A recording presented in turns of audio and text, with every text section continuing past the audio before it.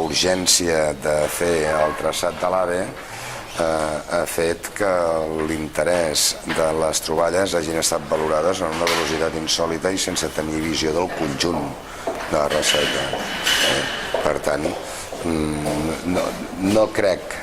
que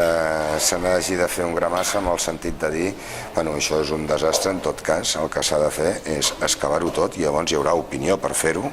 No em sembla que ens haguem de precipitar nosaltres com s'han precipitat ells, però sí que em sembla que és inexcusable que hi hagi una recerca arqueològica que abasti el conjunt de la descoberta i no només la part casual que ha sortit com a conseqüència del traçat del tren d'alta velocitat.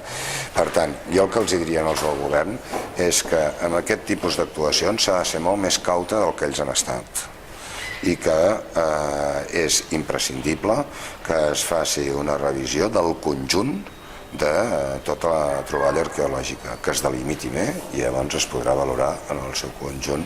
la importància que té aquest descobriment. Tinguent en compte que és literalment impossible en aquests moments canviar el radi del traçat del tren d'alta velocitat.